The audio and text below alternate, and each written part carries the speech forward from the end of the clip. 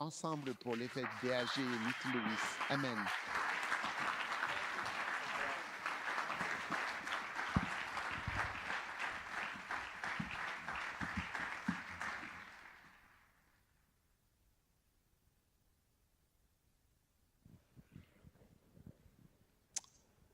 Père Céleste, merci pour aujourd'hui. Merci pour votre bénédiction. Puis merci pour la chance que nous avons de recevoir votre parole. Parle à nos cœurs. Seigneur, je sais que tu as déjà parlé à nos cœurs et que tu nous guides. Merci, Saint-Esprit. Au nom de Jésus, Amen. Vous pouvez vous asseoir. Merci, Pasteur Claude, de m'avoir invité. Merci de nous accueillir dans votre belle église. Le pasteur Claude a 20 ans de plus que moi. Il peut être mon père. Et il me montre un tel honneur et un tel respect. Cela me touche vraiment au cœur. Merci beaucoup. Et merci de soutenir activement la campagne Ligne Jésus et d'envoyer généreusement de l'argent pour aider la Crusade. Vous êtes véritablement l'un des seuls pasteurs et des églises au monde à accomplir une telle œuvre si importante et si précieuse. Alors, merci beaucoup. Amen. Eh bien, ce matin, j'ai très peu de temps, juste 1 heure, à partager avec vous. Comme il vous l'a dit, je peux prêcher toute la journée. Je sais donc être très bref. Et aujourd'hui, je veux partager avec vous ce que j'appelle les 10 principales erreurs que commettent les pasteurs. Voici, selon moi, les 10 principales erreurs que commettent les pasteurs. Amen. Pasteur Bielijan, Christ. Alors, les 10 principales erreurs que commet tout pasteur, dirigeant ou ancien chrétien. Et je crois que vous serez bénis. Amen. Permettez-moi de commencer par la première erreur qui se trouve dans Jean, chapitre 5, verset 44. Comment peux-tu croire? Et toutes ces erreurs sont liées à ce que Jésus a dit. J'espère que vous réalisez que Jésus est Dieu. Jésus est le Fils de Dieu et Jésus est Dieu. Au commencement était la parole était avec Dieu et la parole était Dieu. Donc, ce que Jésus a dit, le ciel et la terre passeront, mais mes paroles ne passeront pas. Alors, je pense que ce que Jésus a dit et tout ce que Jésus dit devrait être la chose la plus importante pour nous. Donc, toute déviation par rapport aux paroles de Jésus, je pense que c'est une erreur. D'accord? Donc, nous regardons Jésus et nous essayons en quelque sorte de réfléchir à ce qu'il a dit, à ce qu'il dit. Et je crois que c'est vraiment là que l'on peut voir à quel point nous nous égarons. D'accord? Alors, le premier, c'est Jean 5, verset 44. Recevoir l'honneur des hommes. Recevoir l'honneur des hommes. Jean 5, 44. Jésus a dit, comment pouvez-vous croire, vous qui recevez de l'honneur les uns des autres et ne cherchez pas l'honneur qui vient de Dieu seul? D'accord? Donc, recevoir l'honneur des hommes. D'accord. Ou des uns des autres, c'est l'une des grandes erreurs que nous commettons dans le ministère. Qu'est-ce que cela veut dire? Recevoir l'honneur, c'est simplement recevoir le respect. Et l'admiration qui vient de la société et des êtres humains, d'accord, et ce que les autres pensent, tu vois, quand tu es très préoccupé par le fait de recevoir le respect et l'admiration des humains, des hommes. Tu ne peux pas croire en Dieu et tu ne peux pas l'avancer avec Dieu. Tu passes à côté de Dieu. D'accord? Parce que dans cette vie, il y a beaucoup de choses qui n'ont pas l'admiration des hommes. Les êtres humains, tu n'as pas l'admiration et le respect des hommes. Et dès que tu es très préoccupé par ce que tu dis, ce que tu fais, être honoré, respecté, admiré par les hommes, n'est-ce pas? Tu vas passer à côté de Dieu, tu sais. Et de bien des façons, les gens passent à côté de Dieu. Peut-être que c'est le facteur le plus puissant, tu sais, qui détermine ce que les gens font, venez au désordre. Les gens se marient même, tu sais, ils épousent quelqu'un que tout le monde accepterait. Tu sais, avec qui te maries-tu? Qui? Qu'est-ce qui est ça? Qu'est-ce qu'elle fait? D'accord? Et donc, c'est très important pour les êtres humains d'avoir le respect des hommes.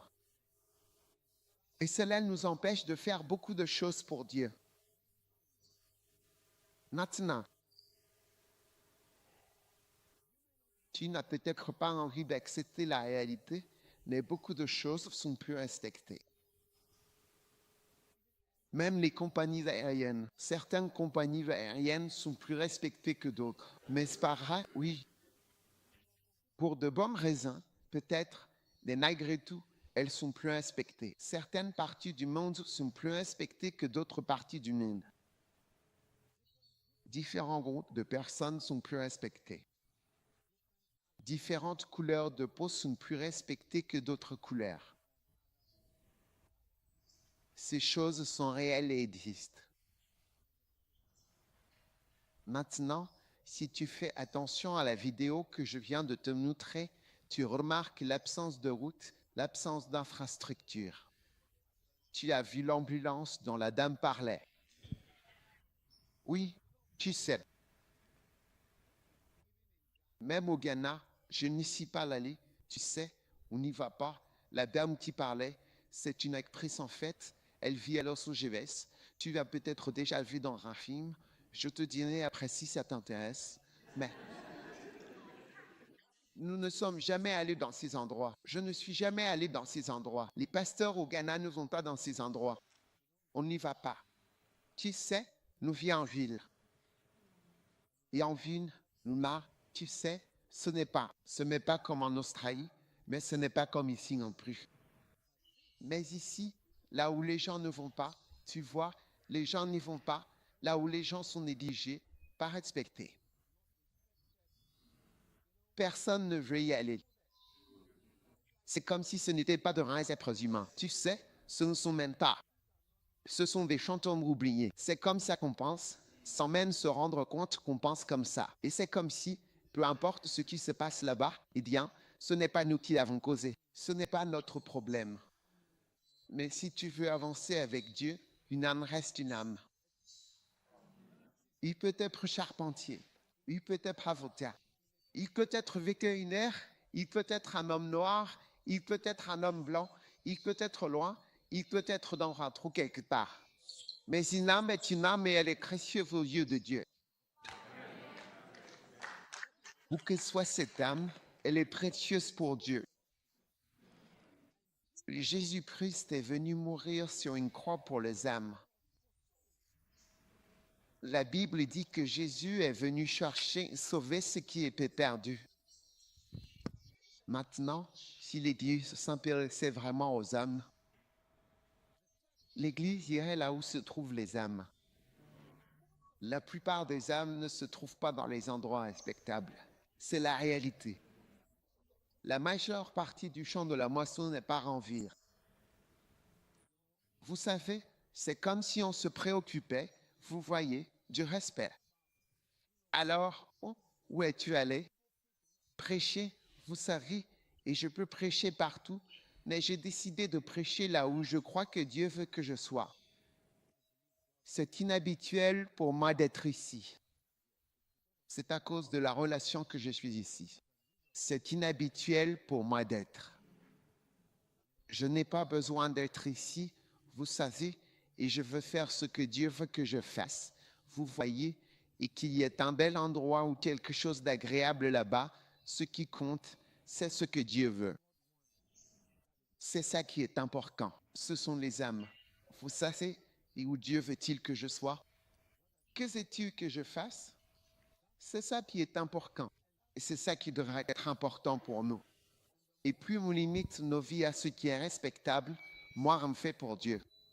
Jésus a dit, comment pouvez-vous croire? Croire, ça veut dire obéir. Croire, un autre mot pour croire, c'est obéir d'ailleurs. La foi, c'est l'obéissance. Si tu as la foi, tu obéis. Si tu n'as pas la foi, tu n'obéis pas. Donc, en d'autres termes, comment pouvez-vous m'obéir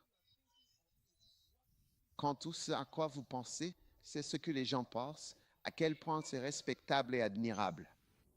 La plupart des Africains veulent quitter l'Afrique et aller ailleurs, là où c'est, entre guillemets, plus respectable, et faire des choses avec des gens qui sont plus respectables. Mais, tu vois, la réalité, c'est que les champs de la moisson ne sont pas déterminés par toi. Vous devez suivre le courant de Dieu. Il faut oser aller là où Dieu dit que vous devez aller, et là où vous devez aller. Tu sais, K.L. Osborne, vous le savez peut-être, K.L. Osborne, eh bien, je le connais. Je l'ai rencontré. Et un jour, j'étais avec lui dans une église à Seattle. Et je lui ai demandé, comment sais-tu où aller pour une croisade? Je lui ai demandé. C'est la dernière question que je lui ai posée et je ne l'ai plus jamais revu jusqu'à sa mort. Comment sais-tu où être, où aller? Tu sais ce qu'il m'a dit? Il m'a réprimandé et a dit, écoute, ne sois pas bizarre, regarde juste la carte et va là où tu vois qu'il y a des villes. Ne sois pas bizarre, c'est ce qu'il a dit. Ne sois pas bizarre. Oui, et parce qu'on veut être bizarre, c'est comme si le Saint-Esprit disait que je devrais y aller. Ces vies sont là. C'est là que se trouvent les âmes, sans aucune direction spéciale d'un ange ou quoi que ce soit. Où sont les âmes? Où sont les âmes? Où sont les gens qui n'ont jamais eu de croisade, qui n'ont jamais entendu parler de Jésus? C'est pour ça que l'Église diminue. À cause du respect des hommes. Oui, c'est à cause de ça. Nous voulons être respectés et admirés. Nous voulons être associés aux grands, aux puissants, aux riches, aux célèbres. Nous ne voulons pas. La Bible dit qu'un homme pauvre n'a pas d'amis. Un homme riche a beaucoup d'amis. Un homme pauvre, même son voisin, ne veut pas. Je ne le connais pas. Je ne le connais pas. Je ne l'ai jamais vu auparavant. Mais un homme riche a beaucoup d'amis. Un homme pauvre, même son voisin, ne veut pas le connaître et ne veut pas s'associer à lui. Comment peux-tu faire la volonté de Dieu si tout ce que tu fais est très lié au respect des hommes? Et quand Jésus est venu, il s'est éloigné des gens respectables. La respectabilité, c'est un des mains. Hein? Oui. Oui. Écoute, la Bible dit que l'évangile est pour les pauvres. Jésus dit, l'Esprit du Seigneur est sur moi, car il m'a oint pour annoncer une bonne nouvelle aux pauvres. J'ai la même Bible que toi. Luc 4, 18. L'Esprit du Seigneur est sur moi. Il m'a oint pour prêcher l'évangile aux pauvres. Pauvre signifie ne pas avoir de nourriture, ne pas avoir d'argent, ne pas être respectable, ne pas être respecté. Ouais. Si le président des États-Unis venait au Ghana, il y aurait un jour férié, et les écoles seraient en congé, et le président le rencontrerait, et ainsi de suite. Si le président du Ghana allait en Amérique, il ne serait pas accueilli par un instituteur. Oui, il n'y a aucun respect pour lui, ça ne compte pas, sa venue ne signifie rien, ça ne veut rien dire. C'est la réalité. Il y a des endroits et des personnes respectées et respectables. Puis il y a des endroits qui ne sont pas tellement respectés. C'est la réalité. Et Jésus a dit, comment pouvez-vous croire? Comment pouvez-vous marcher avec moi si tout ce que vous faites, c'est vous soucier de ce qui est respecté? Mais ce n'est pas ce que nous sommes. Nous ne sommes pas conscients d'être comme ça. Oui, Nous ne sommes pas conscients d'être comme ça. Ouais, mais je vous le dis, les pères, le genre de personnes que nous suivons comme TL. Osborne et certains des grands hommes de Dieu qui ont vécu, ils n'avaient pas ça en tête. Quand ils allaient dans le monde, ils continuaient, il n'y avait jamais un endroit moins important. Au contraire, il y a des ânes ici, et puisqu'il y a des ânes, c'est là que nous allons. Nous serons célèbres. Si on prêche là-bas, c'est une grande plateforme, on va devenir grand. Nos livres seront vendus, ça deviendra un best-seller mondial. Il n'y a pas de best-seller numéro 1 dans ces villes, je te le dis. Non, il n'y a pas de best-seller numéro 1 dans ces villes. Oui. Tu n'écris pas, et c'est pour ça que tous les livres chrétiens aujourd'hui ont une certaine touche, une certaine sensation. C'est à propos de comment, soit comment devenir riche, ou comment avoir l'abondance, ou comment être heureux, ou comment vivre sa vie maintenant, et comment aller bien, et comment être, tout simplement. Je me sais même plus ce qu'on veut.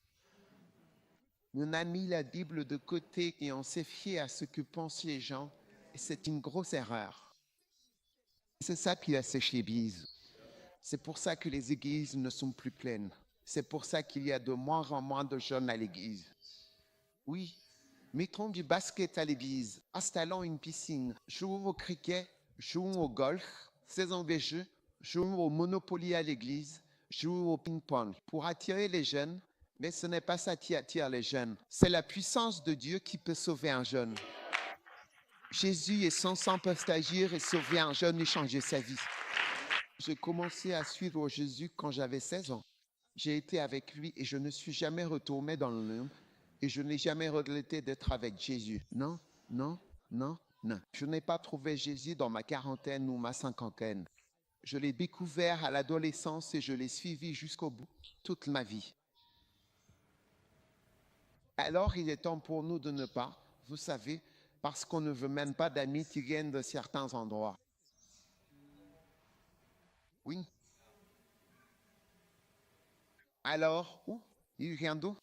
Même les congrégations. Je me souviens d'un pasteur, vous savez, en Angleterre, les congrégations commençaient à changer. Les Blancs ont arrêté d'aller à l'église en Angleterre, à Londres, mais la congrégation s'est retrouvée remplie de Noirs. Et j'ai vu que le pasteur n'aimait pas ça.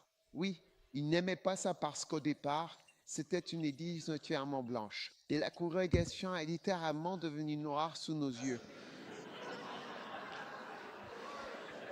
Oui, je vous le dis. Parce que les Blancs ont arrêté d'aller à l'église. C'était juste des gens d'Afrique, de l'Ouest et d'Afrique, et ainsi de suite, qui remplissaient l'église. Ils n'aimaient pas ça. Et finalement, il a quitté l'église. Ouais, il a perdu son ministère et tout le reste. Mais j'ai remarqué, vous savez, parce que je parlais avec lui une fois et il a fait certains commentaires. La réalité, c'est que vous n'aurez pas de ministère si vous faites du favoritisme. Aucun ministère. Vous aurez juste quelques personnes respectables et ça ne fera que diminuer. Ce groupe devient de plus en plus petit. Ouais. Vous savez, les gemmes ne sont pas respectés. Ouais, vous savez, si je dis que j'ai, ce millionnaire qui fait tel business et ainsi de suite, ce sont tous des membres de mon église. Oh, waouh, le propriétaire de ce bâtiment, le propriétaire de ce gratte-ciel, le propriétaire de celui-là. Oh, ce sont tous mes membres. Par opposition aux petits-enfants, tu es le pasteur des petits-enfants. Tu es le pasteur de gens sans importance. Mais je te le dis, tu vois, tu ne peux pas faire la volonté de Dieu avec ce genre d'état d'esprit. Oui. Partout où je vais, je regarde l'âge de la congrégation pour voir combien de chaînes il y a dans l'église. Parce que sans les jeunes, l'église est en train de disparaître. Ce n'est qu'une question de temps. Ouais. Tu sais, je viens aussi de Suisse. J'ai visité une église. Je suis allé dans une église. Le pasteur m'a dit, nous avons un culte tous les 15 jours. Oui, nous avons un culte tous les 15 jours. Grande église, 1500 places. Nous avons un culte tous les 15 jours. J'ai demandé, alors, combien de personnes viennent à l'église? Ils ont dit, 10 personnes. Ils ont dit, 10 personnes âgées viennent à l'église. Nous avons un culte tous les 15 jours. C'est fini. C'est possible de finir. C'est possible que les églises disparaissent. Et ces Suisses-là, ce sont les mêmes Suisses qui sont venus au Gamma il y a des années. Oui, pour prêcher. Et le Gamma est comme une nation chrétienne. Qui sait? Parce qu'ils sont venus. Donc, en fait, nous sommes meurtris. D'ailleurs, la rue où j'habite au Ghana s'appelle la rue de la mission de Bâle. Oui, imagine ça, la rue de la mission de Bâle. Oui. Donc, il y a eu une époque où les gens ne pensaient pas. Non, ce ne sont pas de bons endroits où aller. Ils sont venus. J'espère que tu me suis. Ils sont venus de Suisse en bateau, sans une aile, sans téléphone portable, sans Internet, sans soins médicaux, sans avion. Ils sont venus. L'Église était forte et ils ont porté du fruit. Ils ont gagné des nations entières parce que le respect des hommes ou le respect de c'est un mauvais endroit ou que ce n'est pas un endroit très élevé. Cette chose n'était pas en un. Mais à mesure que le respect des hommes grandissait en nous, toutes ces missions se sont arrêtées. Tu peux à peine trouver un missionnaire aujourd'hui, n'importe où. Crois-moi, qui sait, là où je vais en Afrique, je conduis. Je conduis vers la plupart des endroits. Même à travers les pays, je conduis du nord au sud, d'est en ouest. Je suis toujours en train de conduire. Il n'y a aucun missionnaire nulle part. Oh, oui. Mais nos amis d'autres religions, ça ne les dérange pas. Ils n'ont pas le respect des personnes. Dans chaque village, tous ces endroits où nous sommes allés, il y a d'autres religions. Ils ont occupé la place. Oh, oui, ils s'en fichent de tout ça. Ceux-là sont pauvres. C'est pour ça que des nations entières tombent dans d'autres religions. Je ne mentionne pas de religion. Tu peux imaginer celle que tu veux. Il y en a des milliers. Comble les villes, ouais. Ces villes, je t'ai montré, sont remplies d'autres religions et de leurs temples. Les pasteurs chrétiens, qu'ils soient africains ou pas, personne ne veut y aller.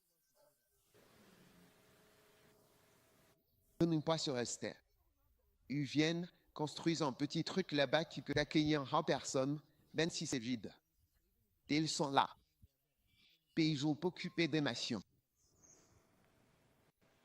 Tu sais, j'étais au Sénégal et j'ai traversé du nord au sud. J'ai baissé la tête au dompe. J'ai dit, Seigneur, c'est nous qui avons supervisé l'effondrement de l'Église. Il n'y avait pas d'Église, je te le dis, du nord au sud. 99% une autre religion. Puis Sierra Leone, 90% perdu. À travers le Mali, le Burkina Faso, je veux dire la Guinée, 99%. T'as dit Christ. Nous nous sommes assis et nous avons dit, oh, ceux-là sont comme des chairs. Ce ne sont pas des chairs. Ce sont des gens pour qui Jésus est mort. Et parce que nous avons arrêté d'y aller, et parce que nous avons maintenant conscience d'où nous sommes, quels vols vont là-bas, j'ai invité un Amen. Amen veut venir dans notre église. Il a dit, si c'est sûr, je viendrai. Waouh, si c'est sûr. Si c'est sûr, si c'est admirable, si c'est respectable. Alors regardons dans nos cœurs. Rappelez-vous que Jésus travaillait avec des pécheurs, des gens sans instruction, des jeunes. Jean avait apparemment 16 ans. Oui, il les a nommés apôtres. Oh, de jeunes garçons, 12 jeunes hommes. Il a dit, allez dans le monde.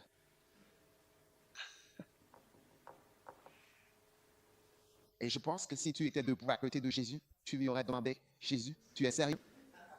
Tu es sérieux? Tu envoies ces gens dans le monde. Qu'est-ce qu'ils vont faire? Des gentils, la dernière chose qu'ils faisaient, c'était de se disputer pour savoir qui serait le plus grand. Des gens qui ne savaient même pas prier. Et des guerres soi-disant spirituelles qui n'arrivaient même pas à prier une heure. Je suis sûr que si tu avais été là, tu aurais dit, tu es sérieux?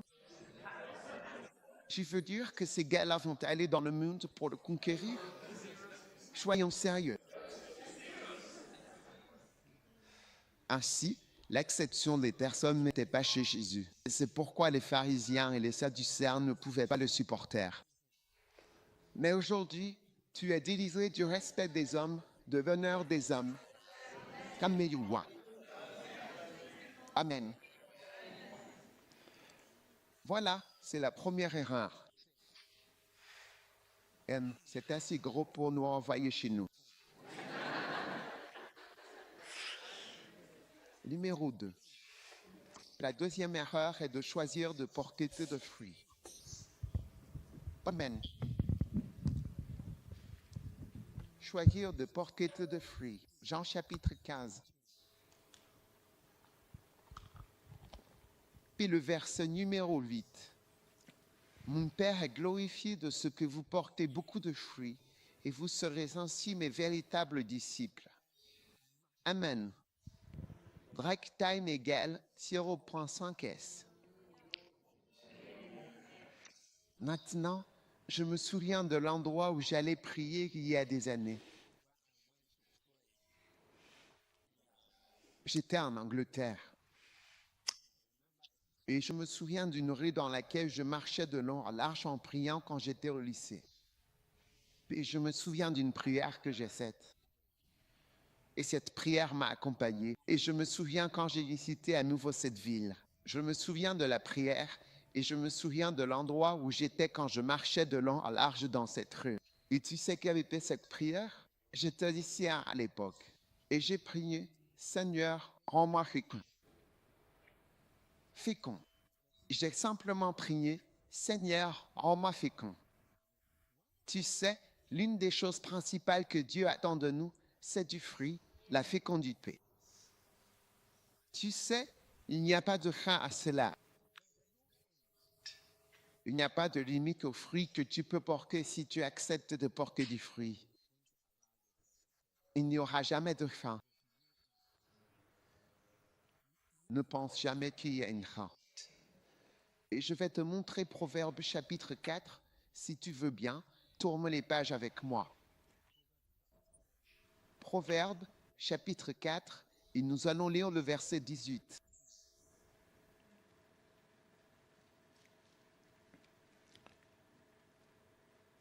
Le sentier des justes est comme la lumière resplendissante qui brille de plus en plus jusqu'au jour parfait. Le sentier des justes est comme la lumière resplendissante. D'accord. Donc, le chemin d'une personne juste est comme une lumière éclatante. Et ensuite, que se passe-t-il avec cette lumière éclatante? Elle brille de plus en plus. Tout le monde dit de plus en plus, de plus en plus. Et jusqu'au jour parfait. Donc, le jour parfait, c'est ça, le jour parfait. Le jour où tu meurs, le jour de ta maturité, ça pourrait être le moment de ta plus grande maturité. Donc, cela montre qu'il n'y a pas de fin à la lumière qui brille dans ta vie. Tu brilles de plus en plus, encore et encore, jusqu'au jour parfait. Alléluia. Donc, il n'y a pas de fin. Et Jésus a dit, c'est en ceci que mon Père est glorifié.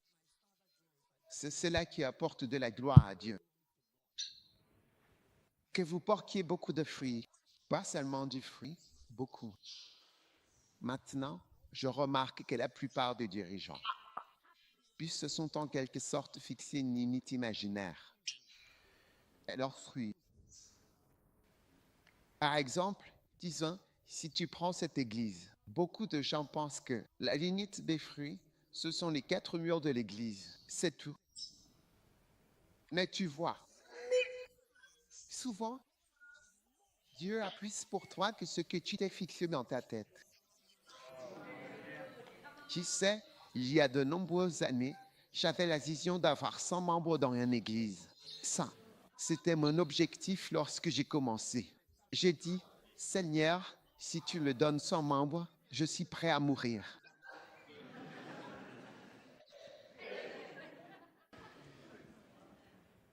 Et quand j'avais 100 membres, j'étais encore si jeune. Et j'ai réalisé que non, Je devais changer ma vision rapidement avant que Dieu ne réponde à ma prière. J'ai donc arrêté de me fixer de telles visions et de tels objectifs. Il y a plus pour vous. Le nombre de membres d'une église n'a pas de limite. Alléluia. Il n'y a pas de limite au nombre de membres que tu peux avoir dans une église. Et au moins, si tu voulais une vignette, tu peux te renseigner sur ceux qui ont les grandes églises. Par exemple, Yonggi Cho avait 700 000 membres. Je ne sais pas combien il en a maintenant. Mais David Oyedepo au Nigeria, à Winner Chapel, il fait 4 cultes et il a une salle qui, il y a 50 000 places assises à l'intérieur et 50 000 à l'extérieur. Et il fait 4 cultes comme ça, donc il y a environ 400 000 participants le dimanche matin. Ne dis pas oui, mais ça c'est le Nigeria.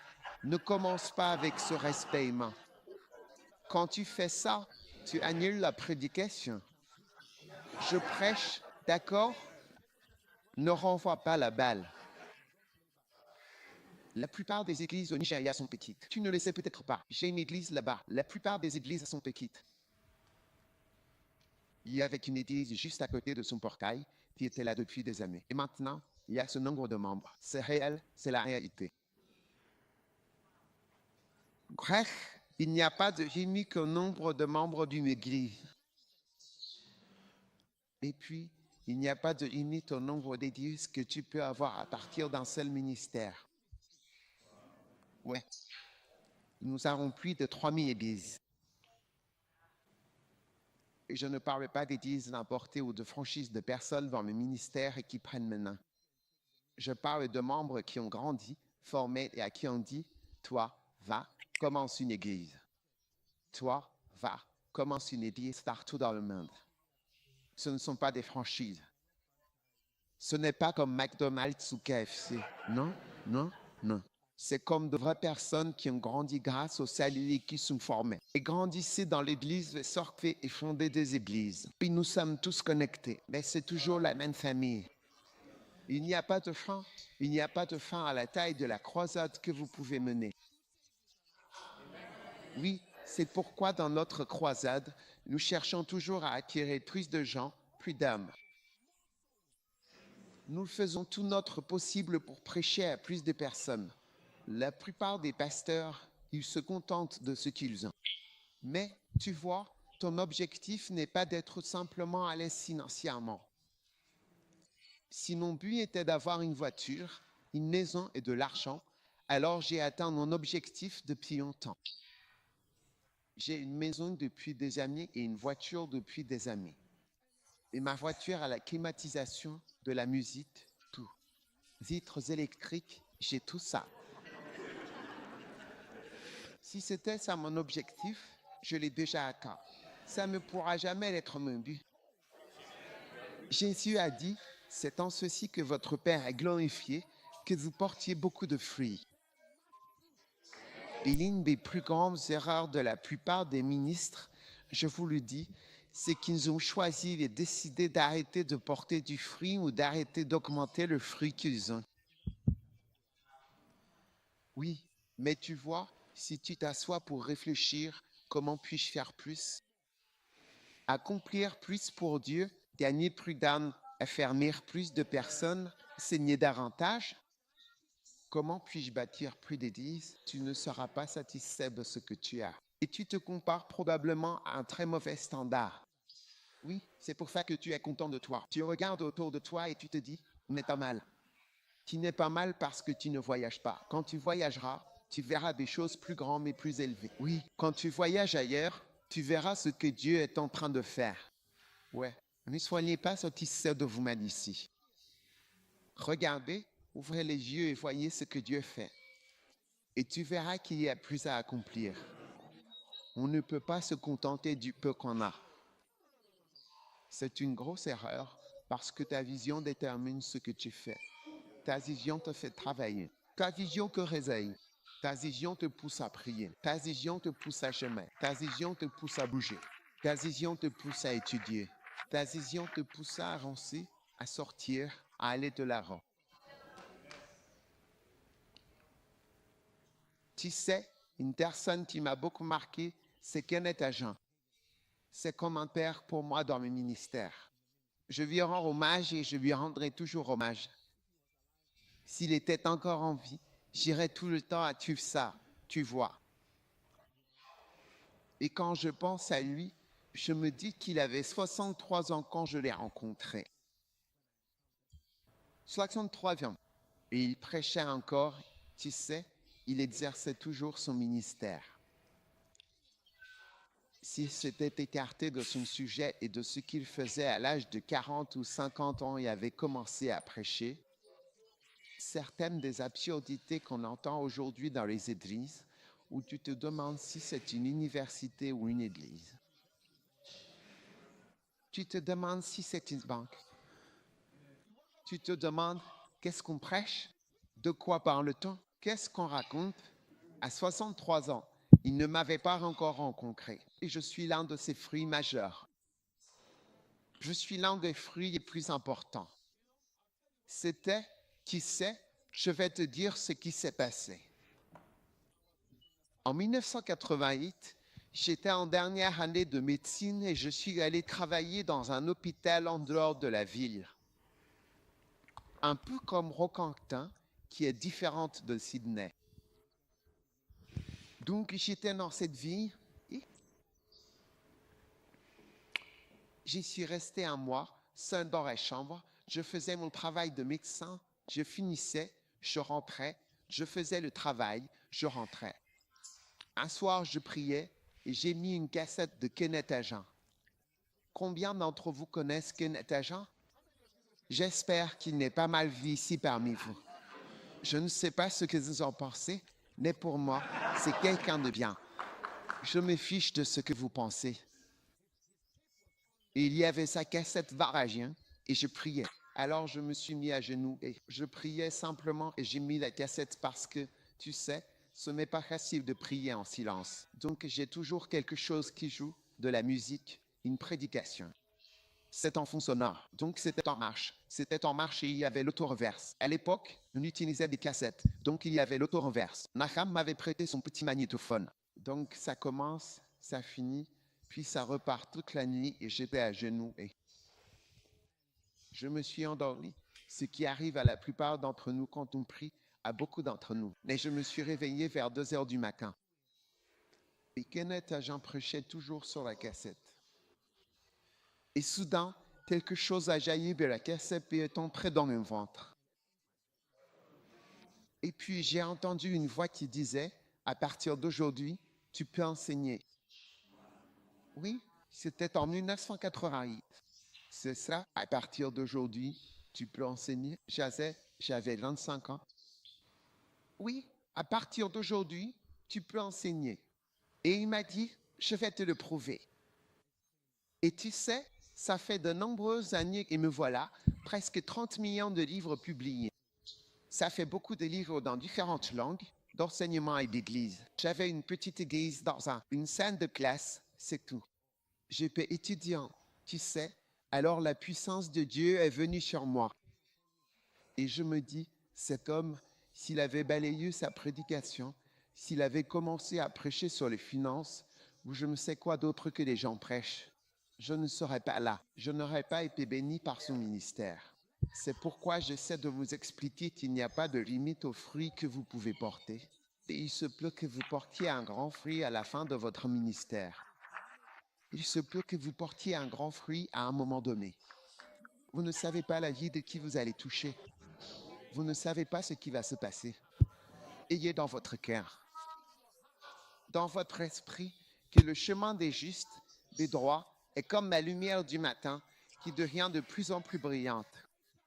Elle ne s'assombrit jamais. Elle devient seulement de plus en plus éclatante jusqu'au jour parfait. Il n'y a rien de tel que la retraite ou la fin de vie en ce qui concerne Dieu. Vous ne ferez que briller de plus en plus fort. C'est la volonté de Dieu. Alléluia. Amen. Je ne sais donc pas que quiconque abandonne ici. Non, non, non. Tu n'es pas fini. Tu n'es pas fini du tout. Tu n'es pas fini du tout. Tu dois porter du fruit maintenant. Oui, tant que vous êtes en vie, cela signifie que Dieu ne veut pas que vous soyez mort. Il n'y a pas de place pour toi au ciel maintenant. Ton lit n'est pas prêt. Ta maison, ton manoir n'est pas prêt. Alléluia. Et il veut que tu travailles dur, que tu sois rempli de passion et de désir. Et que tu fasses des efforts inlassables pour gagner des âmes, bâtir des églises, accomplir sa volonté. C'est la volonté de Dieu. Prêcher l'évangile, gagner des âmes, bâtir des églises, c'est mon seul travail. Parce que Jésus a dit, allez dans le monde entier et prêchez ma parole. Et ensuite il a dit, je bâtirai mon église. Et les portes de l'enfer ne prévaudront pas contre vous. Et tu bâtis une église ici, mais tu dois en bâtir d'autres.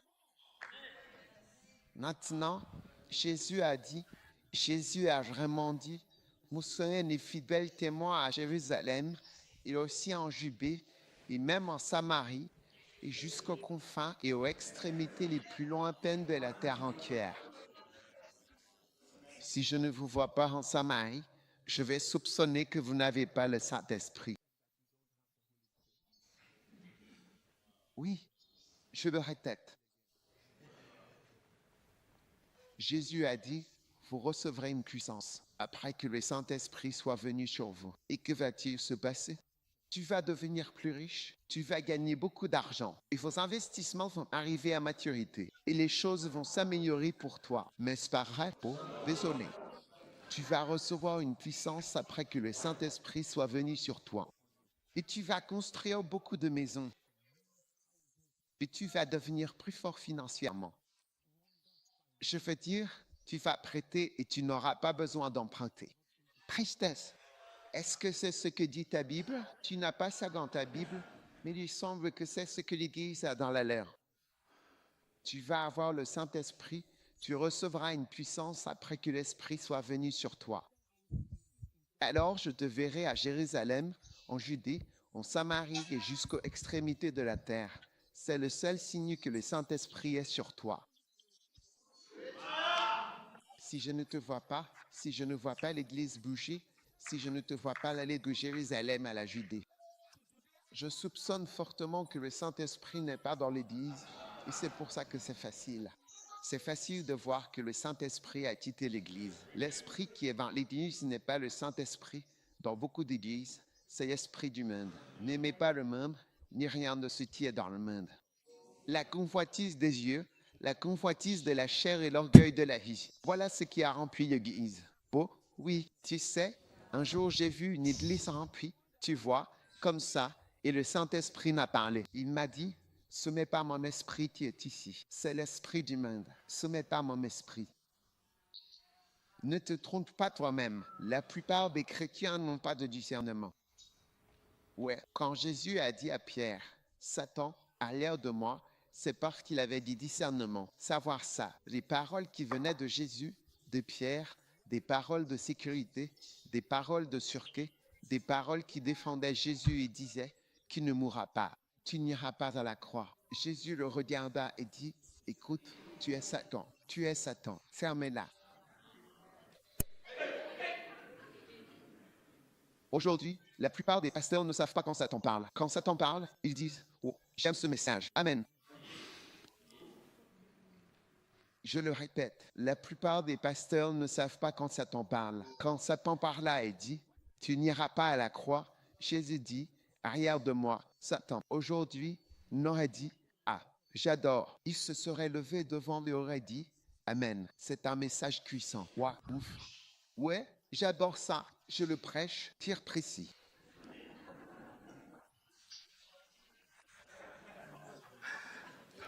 Ils auraient applaudi. Waouh, je vais le revoir.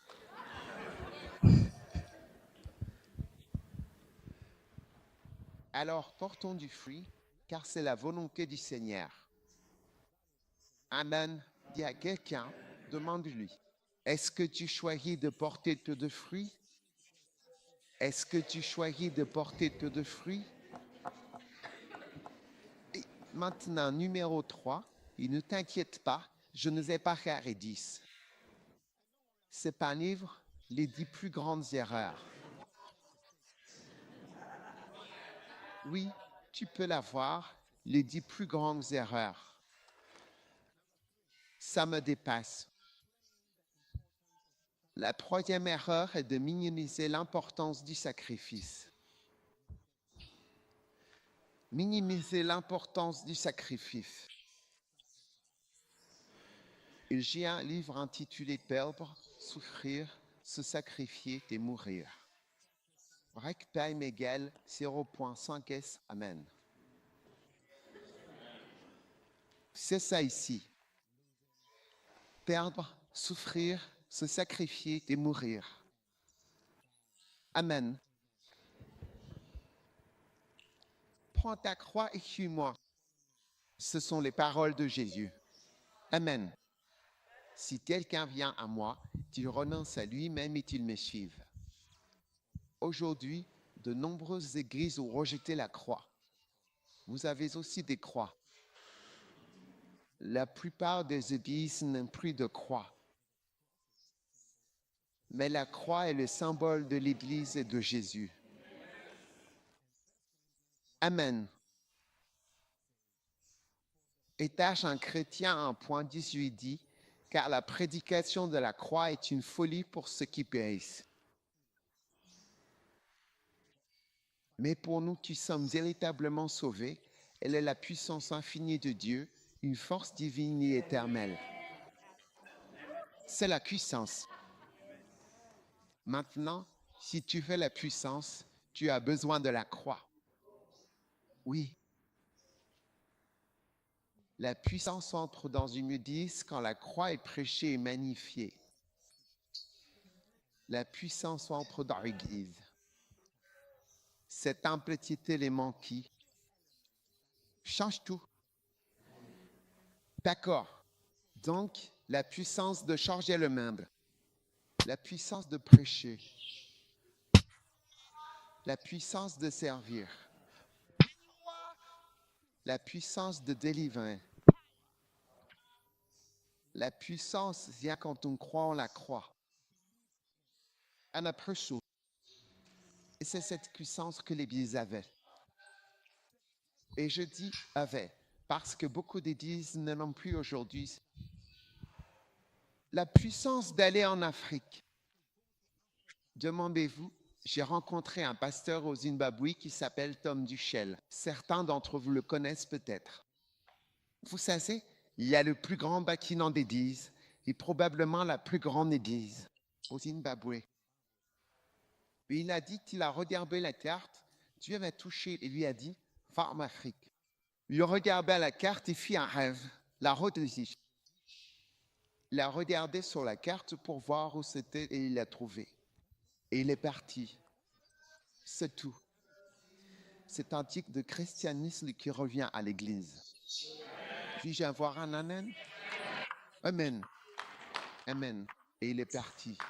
Et il a vécu toute sa vie. Tous ses enfants ont grandi là-bas. Il avait marié tous ses enfants là-bas. Et c'est tout. Et c'est ce genre de christianisme qui a le pouvoir de conquérir des nations. Oui, il n'y a pas d'amen dans son église, il est zimbabwéen. Oui, c'est un amen, mais tout le monde dans son église vient du Zimbabwe. Vous savez, nous chantons ces belles chansons, mais on n'a pas de puissance. Oui, parce que ce n'est pas juste une chanson, ce n'est pas juste une chanson. Prends ta croix et suis si bellement Jésus-Christ. Prends ta croix et suis-le. Ce n'est pas juste une chanson. Il y a une chanson qui dit que ce n'est pas juste une chanson, oui. Mais pour beaucoup de gens, la croix n'est qu'une chanson, le seul élément qui a été chassé de l'Église et qui nous a laissé sans puissance. Mais tu sais, l'Église n'a jamais eu autant d'argent qu'aujourd'hui. Peut-être qu'elle commence à être fauchée maintenant, mais il y avait tellement d'argent dans l'Église avant. Des médias églises avec des millionnaires, oui, et il n'y a jamais eu une époque comme celle-ci où l'Église est aussi impuissante. Impuissante, même si nous avons plus d'argent, parce que l'argent n'est pas la puissance. Maintenant, d'autres personnes, d'autres religions Quelle religion a un leader qui a décidé de faire quelque chose qui finirait par le tuer lui-même? Connaissez-vous une religion comme ça? Laisse-moi te le demander à nouveau. Connaissez-vous une religion dans laquelle le chef religieux a décidé de faire quelque chose qui finirait par se faire tuer? En d'autres termes, par se suicider? Connaissez-vous une religion? Quel était le nom de cette religion? Christianisme. Ah, je vois. N'est-il pas intéressant de savoir que dans d'autres religions, quel est le chef et quand quelqu'un décide de se suicider, comment cela s'appelle-t-il en anglais? Suicide. Oui, ça s'appelle un suicide. N'est-il pas intéressant de constater que d'autres religions ont plutôt des gens qui veulent se suicider pour leur religion? Je veux dire, alors que le christianisme est la religion qui avait un chef qui savait très bien que ces gens voulaient absolument ma mort. Et il dit, je vais ici pour mourir.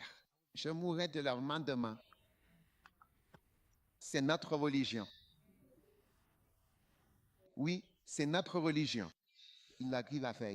Il a dit, c'est la dernière fois que je vais avoir cela. Je n'y goûterai plus avant après. Mais il a dit, ceci est mon sang. Demain, à la même heure, je ne serai plus là. Je serai mort. Je vais dire, personne ne dit ça aussi facilement. Même si on meurt d'un cancer, on ne dira pas facilement, je serai mort demain. Les gens ne parlent pas comme ça, mais Jésus parlait comme ça. Il a dit, ceci est mon sang. Je donne mon sang. Je vais mourir pour vous. Waouh, ceci est mon corps. Mon corps sera transporté demain à la morgue et ailleurs. C'est ça, notre chef. C'est ça, notre chef. C'est ça, notre Jésus. Et il a dit, prends ta croix et suis mon exemple. D'autres religions ont pris l'exemple de mourir pour leur croyance. Au moins, ils meurent même pas en tuant des gens, mais pour leur croyance. Nous ne voulons pas mourir pour rien, mourir pour ce pourquoi je veux vivre. Je ne veux pas mourir pour rien, je veux vivre. Quel traitement avez-vous pour moi? Je veux vivre. Tu as des médicaments, tu as des vitamines? J'ai besoin de vivre. J'ai besoin de la vie. Je ne veux pas mourir. Je ne veux pas perdre. Je ne veux pas souffrir. Mais chacun de ces mots est très important pour le christianisme. Et bien qu'on minimise cela, on enlève la puissance à l'Église. Oui, la Bible dit dans Philippiens 1, nous sommes appelés non seulement à croire en lui, mais aussi à souffrir. On ne peut pas enlever la souffrance de l'Église. On ne peut pas enlever la souffrance du christianisme. Ça va avec. Si quelqu'un perd sa vie, il la gagnera. On ne peut pas enlever la perte de l'Église. Tu ne peux pas le retirer. Désolé. Prêchez victoire et prospérité. Mais vous ne pouvez pas exclure de l'Église la réalité de perdre quelque chose pour Dieu. Oui, vous savez, ce jeune homme, où est-il? Ubiquement. Oui, il vivait à Londres. C'était un homme d'affaires. Un homme d'affaires assez riche. Il est petit, mais il était riche.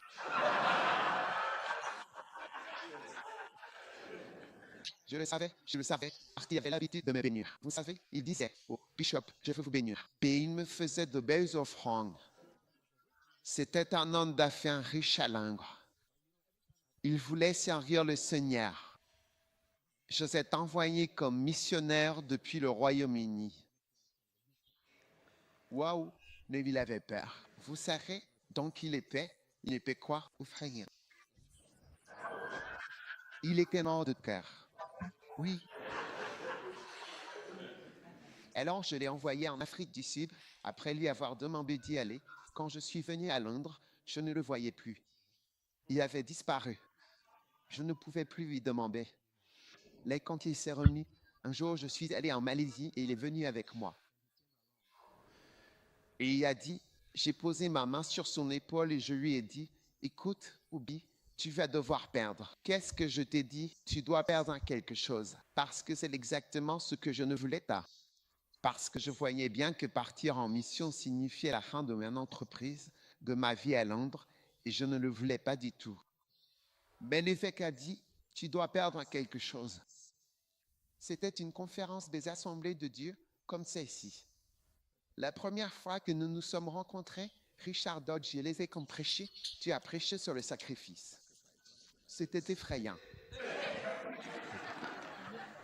Il y a ces peu Rigebi, ça au Kenya. Il est coquelancier.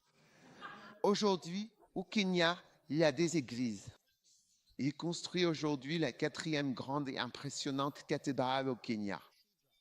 Oui, c'est un projet architectural majeur et significatif.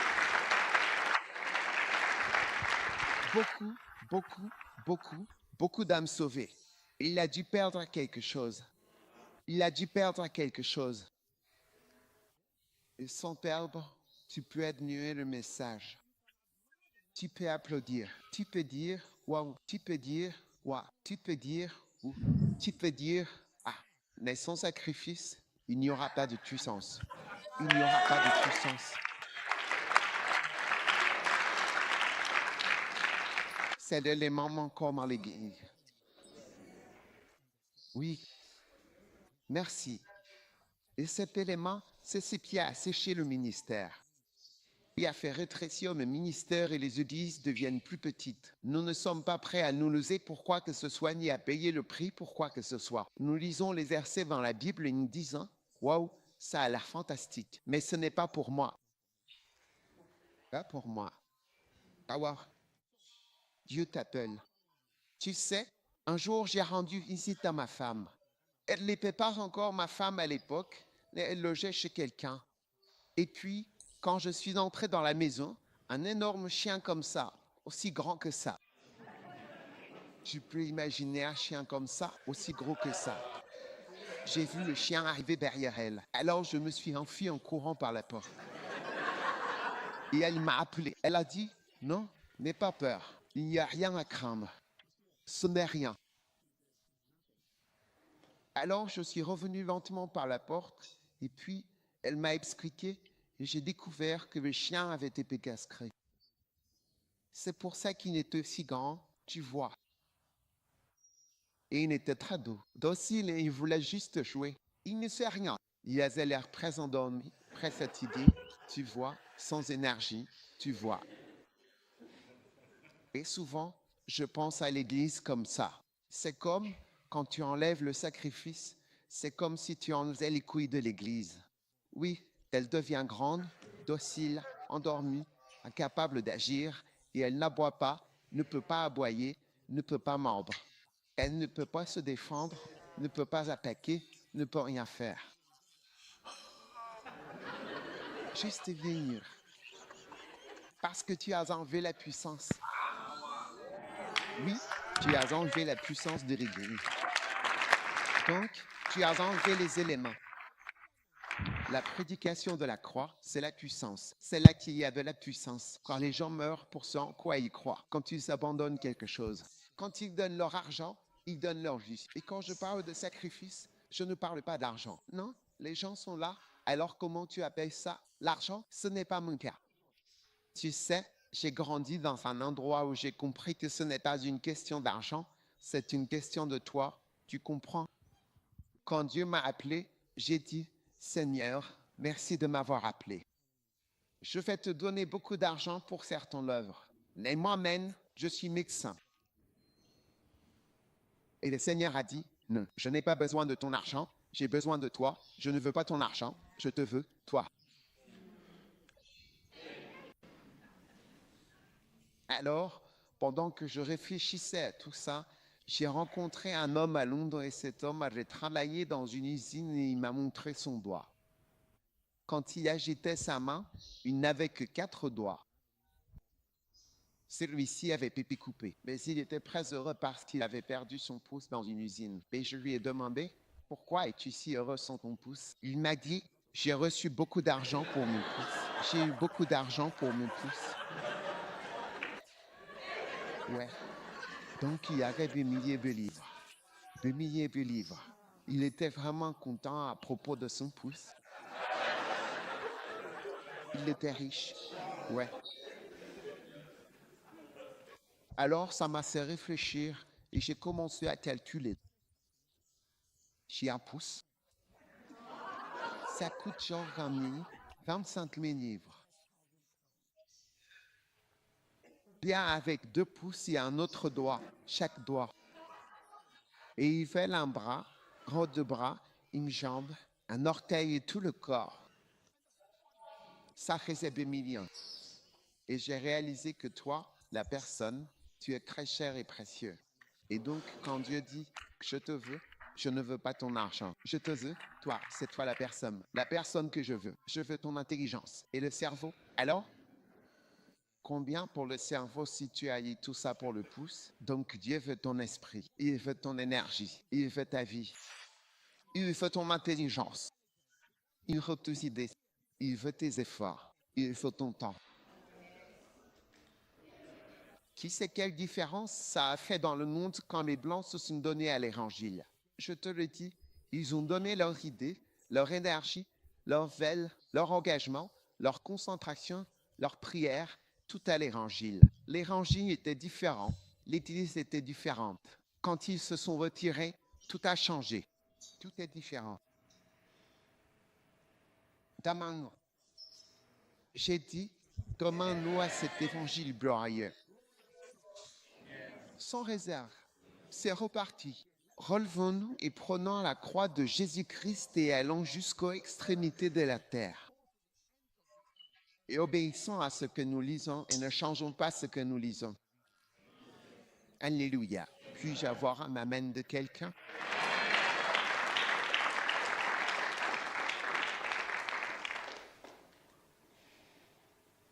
Combien d'erreurs parmi les 10 principales faites-vous?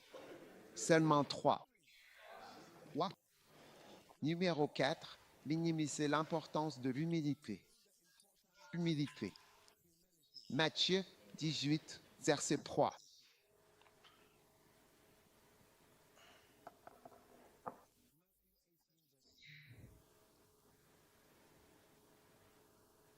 Et là, je veux juste dire quelque chose. J'ai dit, en vérité, je vous le dis, si vous ne vous convertissez et si vous ne devenez comme de petits enfants innocents, vous n'entrerez absolument pas dans le royaume des cieux. C'est une vérité éternelle. Et quiconque donc s'humiliera comme ce petit enfant. Amen. En mon main, reçois-le-moi. Recevez un petit enfant en mon main, recevez-le-moi. Alors, soyez humbles. Uniez-vous aux côtés du Seigneur et il vous relèvera. Amen. L'humilité est la clé principale. Est-ce que tu m'écoutes? Écoutez-vous après. Vous voyez, j'aime le mot entrer. Sauf que tu deviens comme un enfant. Tu n'entres pas. Or, le royaume de Dieu est comme un royaume avec des pièces et des clés. C'est pourquoi Jésus a dit dans Matthieu 16, 18, à propos de « Je te donnerai les clés ». Donc, il y a des clés pour ce royaume et il y a des pièces. Maintenant, nous sommes exclus de certains aspects du royaume à cause de l'orgueil. Mais chaque fois que tu t'humilies, tu entres dans une nouvelle zone. Donc, l'humilité est la clé pour accéder à de nouvelles choses. Oui, si tu n'es pas âme, tu ne peux pas entrer. Souviens-toi toujours du mot entrer. Tu entres en étant humble. Dès que tu peux l'abaisser, tu peux entrer. Parce que les portes du royaume font tout 1 mètre de haut. Tu vois, une porte normale fait 2 mètres de haut, mais les portes du royaume font 1 mètre de haut. Donc, tu dois toujours te baisser comme ça pour entrer dans une nouvelle pièce. Oui, si tu veux entrer dans une nouvelle dimension de Dieu et du royaume, tu dois t'abaisser et devenir comme un petit enfant, te rabaisser. Puis alors tu entres. La plupart des gens minimisent l'importance d'être comme un enfant. Et donc, ils sont exclus de certains domaines du ministère.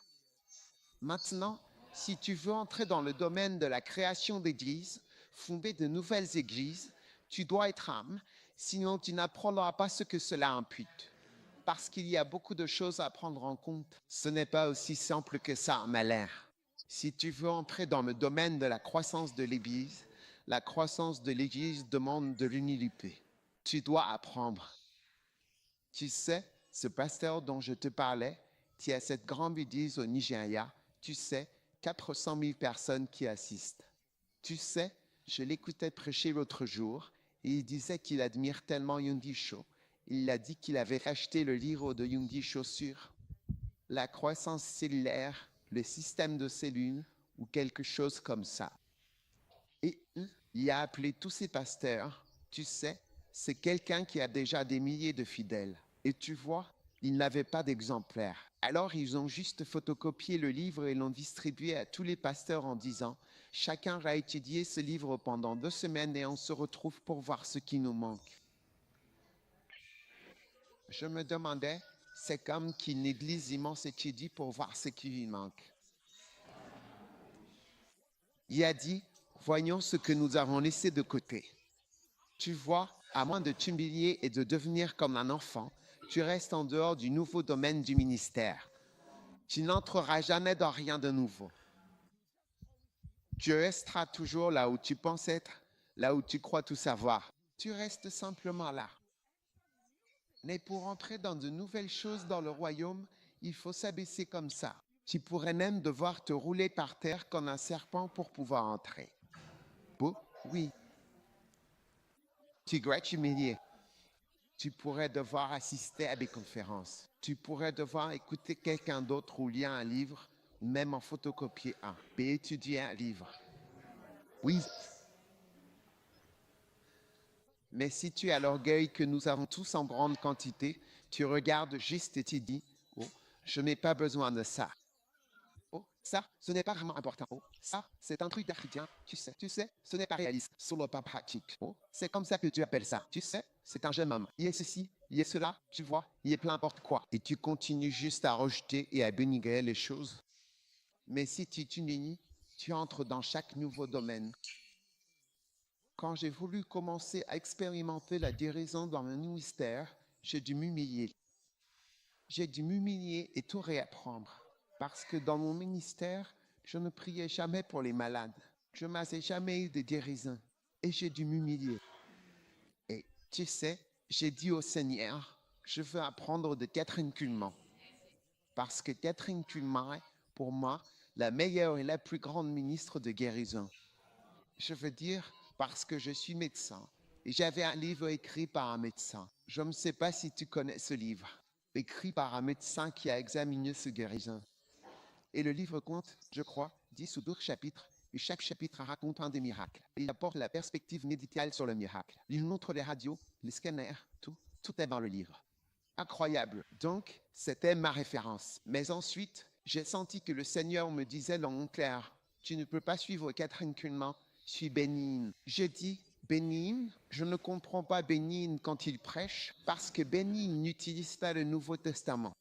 Il cite toujours Job, ou les psaumes, ou Lévitique, ou Deutéronome.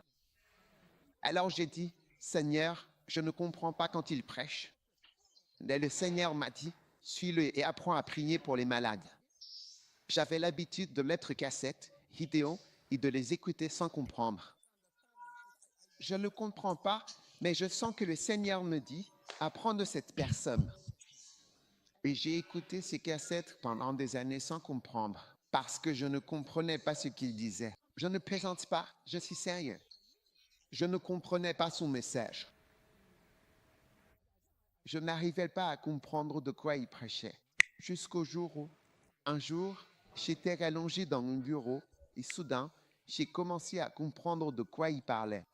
Ce n'était que le début, oui. Et tu vois, à partir de ce moment-là, j'ai commencé à comprendre tous les enseignements sur l'onction et tout le reste. Mais tu vois, il a fallu l'humilité de simplement s'abaisser. Tu dis que tu ne comprends pas cette personne. Comprends bien. Beaucoup de grandes choses ne sont pas compréhensibles au début. La fierté te fera les rejeter. Ils nous rejetaient tous. Cet homme est juste. J'ai entendu quelqu'un faire un commentaire à propos de Benny Hinn. Oh, il est juste mystique. Tu sais, il veut juste donner à tout le ministère un aspect mystique. Et il a dit, c'est comme ça que les gens parlent. Et c'est pour ça que tu ne reçois rien. Et c'est pour ça que tu n'avances pas. Et c'est pour ça que tu restes comme un instituteur au lieu d'être un ministre roi. Il y a une différence entre un instituteur et un homme de Dieu. Alléluia. Humilie-toi, s'il te plaît. Tu sais, il y a plus. Je pense que si tu te souviens juste du premier point, le chemin du juste est comme une lumière qui brille. Elle continue encore et encore jusqu'au jour parfait. Il n'y a pas de fin à la grandeur. Puis il n'y a pas de fin aux fruits qui vont venir dans ton ministère. Humilité. Ne néglige pas l'importance. J'ai un livre qui s'appelle Ceux qui sont orgueilleux. D'accord. Où est-ce que ça s'appelle formule pour l'humilité? Cherche-le. D'accord. Tout tourne autour de l'humilité. Qu'est-ce que cela veut dire être un enfant? Il est dit à moi d'être humble comme un enfant. Qu'est-ce que cela signifie? Formule pour l'humilité. Oui. Il y a une formule dans ce livre. Quelle est la formule? Sois un enfant. Qu'est-ce qu'un enfant? Les enfants, tu peux les asseoir dans une salle de classe. Les adultes, tu ne peux pas les asseoir dans une salle de classe. Les enfants, tu peux les asseoir. Tu peux leur enseigner et ils vont l'accepter. Quand tu leur dis quelque chose, ils le croient. Ça montre que tu es un enfant. Quand tu es trop grand, personne ne peut te parler. Oui, tu es trop grand pour qu'on te parle. Mais quand tu es humble, comme un enfant, tu peux t'asseoir. Tu te laisses porter. Quand tu es un enfant, tu ne sais pas qui est noir et qui est blanc. J'ai dit, quand tu es un enfant, tu ne connais pas la différence entre vous. Tu ne sais pas que tes amis sont noirs ou blancs. C'est quand tu grandis et que tu n'es plus un enfant et que tu es rempli d'autres choses. C'est là que tu remarques, oh, il est noir. Viens. Mais les enfants jouent ensemble. Ils ne savent pas, je ne sais pas. Les enfants ne savent pas quel genre de voiture tu conduis. Ton père peut avoir la vieille caisse la plus pourrie, mais tu t'en fiches. C'est plus tard que tu réalises que la voiture de ton père était la pire de la ville. Mais les enfants ne savent pas. Les enfants ne savent pas si tu vis dans un bon quartier ou un mauvais quartier. C'est vrai ou pas vrai? Les enfants ne savent pas. Donc, c'est quand tu n'es plus un enfant que tu remarques où j'habite. Et tu te dis, ah, les enfants ne remarquent pas la différence entre les accents. Bon, il n'a pas d'accent australien, il n'a pas d'accent arménien, il n'a pas d'enfant. S'il y avait un enfant assis ici, il ne le remarquerait pas. Mais toi, tu le remarqueras, parce que quelque chose qui n'est plus un enfant a grandi en toi.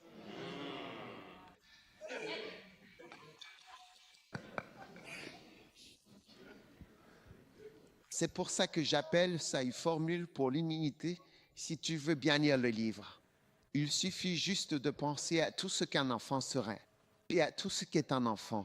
Et tu réalises que tout ce qui n'est pas comme ça en toi, ça veut dire qu'il y a de l'orgueil en toi. Tu peux voir des enfants se disputer pour quelque chose. Et tu dois intervenir pour régler ça. Arrêtez de vous battre. Ce n'est pas ce que vous êtes censé faire. D'accord? Ne t'inquiète pas. Ok, c'est fini. Tu reviens 5 minutes plus tard. Les enfants qui se disputaient jouent ensemble joyeusement. Il n'y a absolument aucun problème. Mais c'est pas grave, mais grandit. Les adultes, il s'est passé quelque chose aujourd'hui. 6 mois plus tard, c'est encore là. Ce n'est pas fini au bout de 6 mois, d'un an, de 2 ans, de 5 ans. On n'oublie jamais rien. On s'en souviendra de toi. Tu paieras le prix de n'avoir blessé. Et on adore les films de vengeance.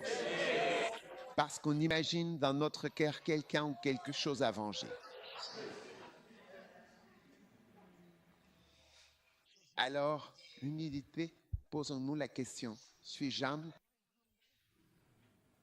Jésus a dit, le plus grand dans le royaume des cieux est véritablement le plus humble et non pas l'apôtre. Vous savez, un jour j'étais assis avec certains de mes enfants et des membres et je leur ai dit que certains d'entre vous pourraient être plus grands que moi au ciel. Et ils disaient, oh, comment tu sais, comment quelqu'un pourrait-il être plus grand que toi au ciel?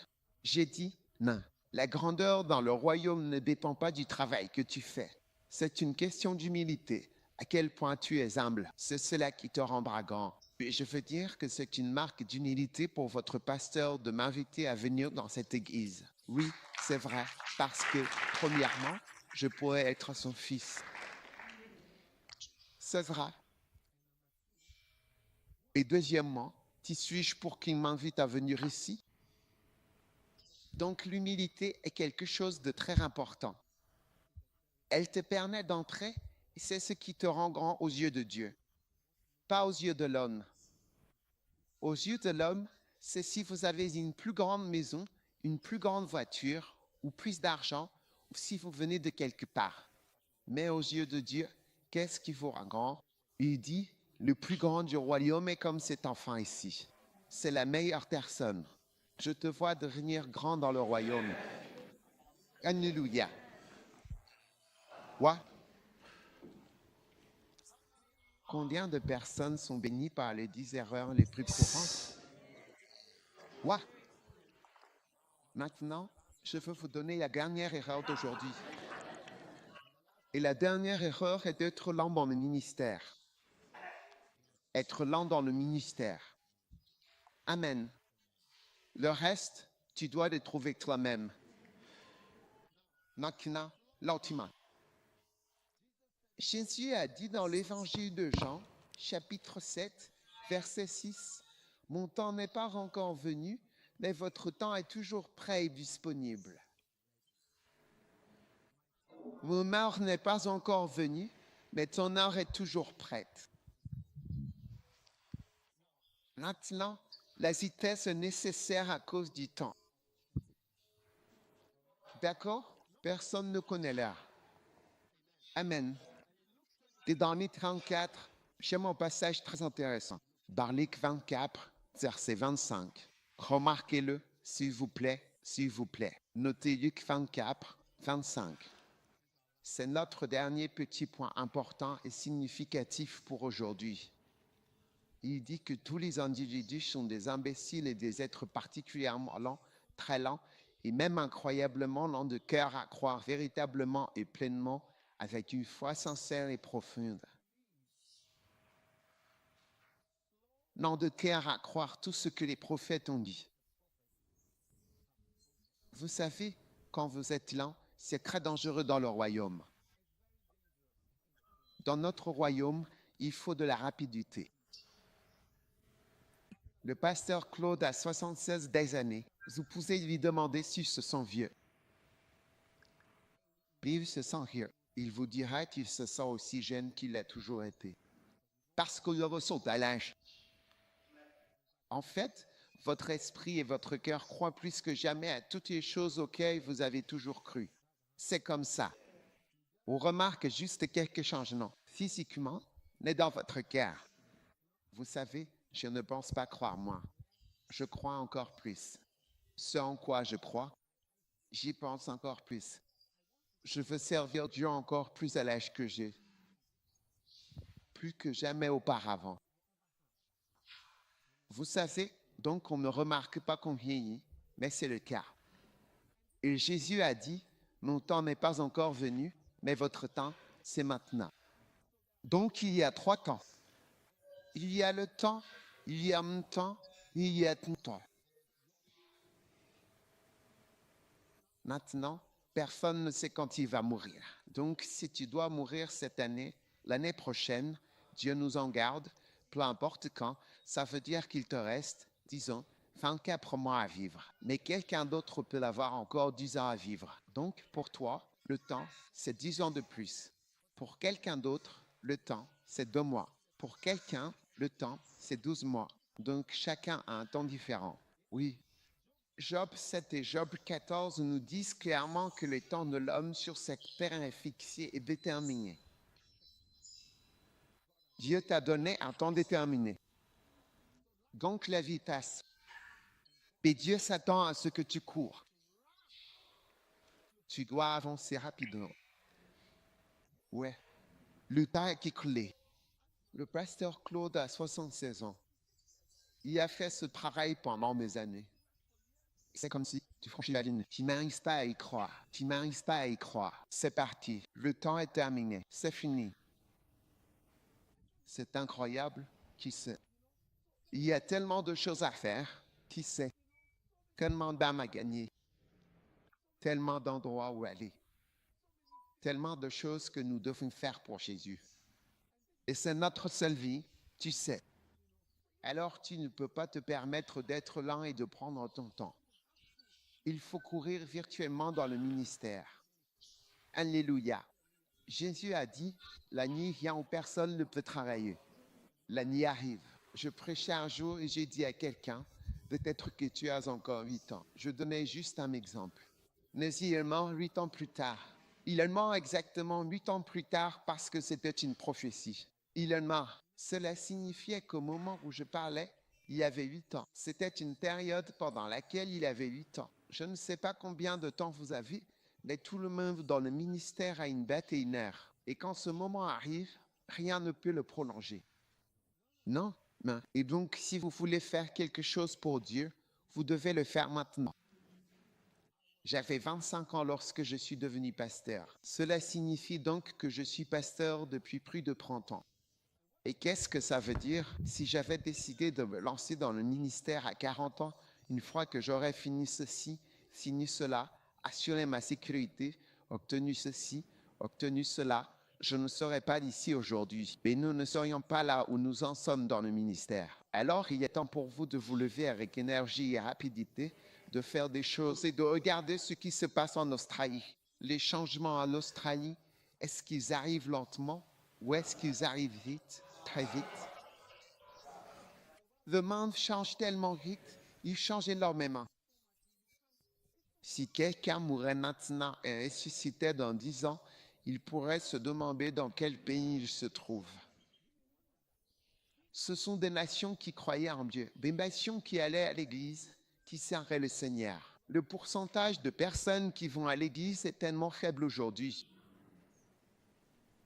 Tellement faible. C'est un pourcentage vraiment très faible qui va à l'église. Et pourquoi prenons-nous le christianisme à la légère si facilement? Alors, école, prends ton temps. Vas-y tranquille. Tu sais, il n'y a pas d'urgence, mais c'est comme si c'est le ministère qui a besoin d'urgence. Et je crois que Dieu nous appelle à ce travail urgent. Mon heure n'est pas encore venue, mais votre heure est toujours prête. Donc, ma mère, votre heure, le temps, 3 temps qui courent. Quelle heure est-il pour toi? Combien d'années te reste-t-il? C'est le moment pour nous de nous lever et de faire tout ce que nous pouvons. Alléluia. Tu sais, il y a 2 ans, j'ai dit à mon équipe de croisade, je veux qu'on soit en Éthiopie d'ici décembre. On était dans le sud, en Afrique australe. J'ai dit, déplaçons le convoi vers l'Éthiopie via le Kenya. Tu vois la carte de l'Afrique. Allons-y, continuons d'avancer. Mais on ne l'a pas fait. On avait 1 an de retard. Juste avant d'entrer au Kenya, une attaque terroriste. À cause du terrorisme, on n'a pas pu entrer. Je me demande pourquoi on n'y est pas allé. À quoi on pensait on aurait pu aller plus vite? Tu sais, avant que tous ces problèmes n'arrivent et maintenant on ne peut plus y aller. Alors, ton temps est compté. Tu ne sais jamais ce qui va arriver et tu ne pourras plus rien faire. Si tu as quelque chose à faire, c'est le maintenant. Arrête de jouer. Laissons-nous. Construisons une église. Faisons l'œuvre du Seigneur. Quelle est la plus grosse erreur numéro 1? La plus grosse erreur numéro 1.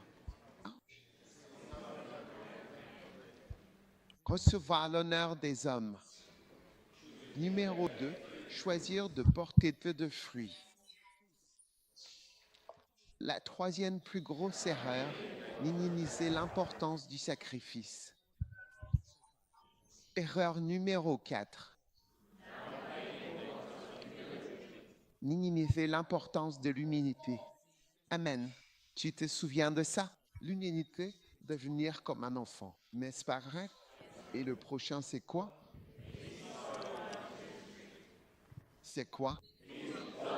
Être lent dans le ministère. Erreur numéro 6, ignorer les paroles de Jésus. Erreur numéro 7, se déconnecter de Dieu. Erreur numéro 8, avoir de mauvaises priorités. Avoir de mauvaises priorités. La 9e erreur majeure est de devenir pharisien. Et l'erreur numéro 10 est d'accumuler des trésors sur terre plutôt que d'accumuler des trésors au ciel. Quoi?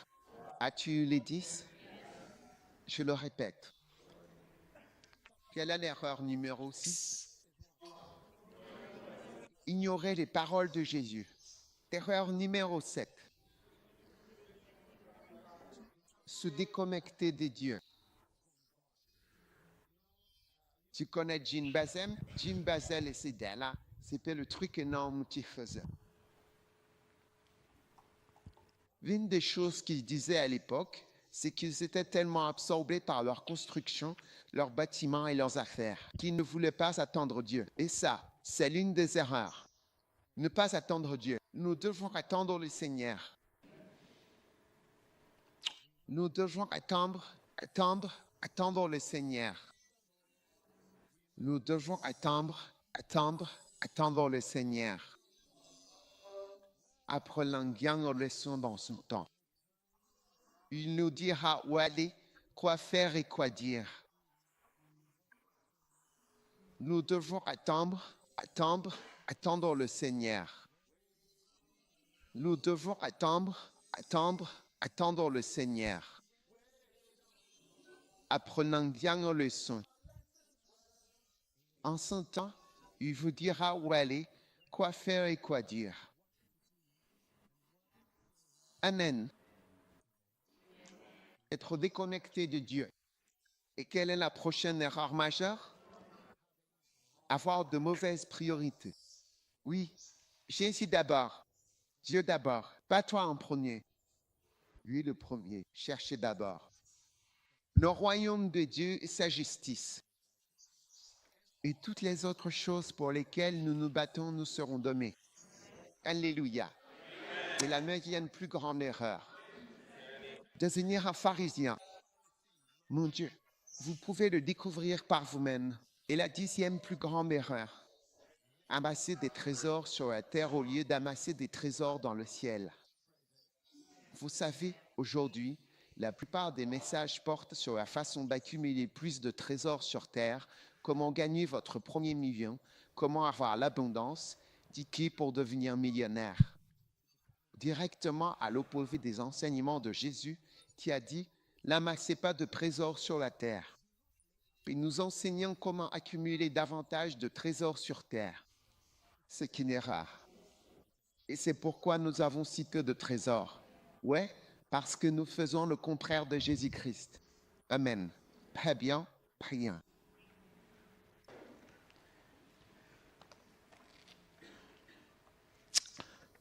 Père, nous te remercions pour la bénédiction que tu nous as donnée aujourd'hui. Devons-nous nous